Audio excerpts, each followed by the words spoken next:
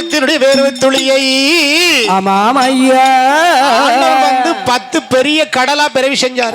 பெரிய கடலாக பிறவி செய்தார். இந்த 10வது கடலான பார்க்கடல். பார்க்கடல். பார்க்கடலுக்கு அந்த பக்கத்துல பளிங்கு என்று சொல்லக்கூடிய ஒரு அழகிய பாறை, ஒரு அழகான பாறை. பளிங்கு வர்ண பாறையிலே ஆமையா காற்றடித்து மணல் குமித்து கரையான் புத்து ஒன்று வளர்ந்திருக்கிறது. வளர்ந்து இருக்கின்றது. அது மண்ணால் ஆன புத்து அல்ல, அல்ல மரகதத்தால் ஆன புத்து. தங்க புத்து. மணலால் ஆன புத்து அல்ல. ஆமையா மாணிக்கத்தால் ஆன புத்து. ஆன புத்து. அதுதான் நாகலோக பட்டணம். நாகலோக பட்டணம். அந்த நாகலோக பட்டணத்திலே மனிதர்கள் வாழ முடியுமா? அங்க வாழவே முடியாது மனிதர்கள், பாம்புகள் தான் வாழும். ஆமா அந்த நாகலோக பட்டணத்திலே யார் யாரெல்லாம் வாழ்ந்து வருகின்றார் என்று கேட்டார். யார் ஐயா?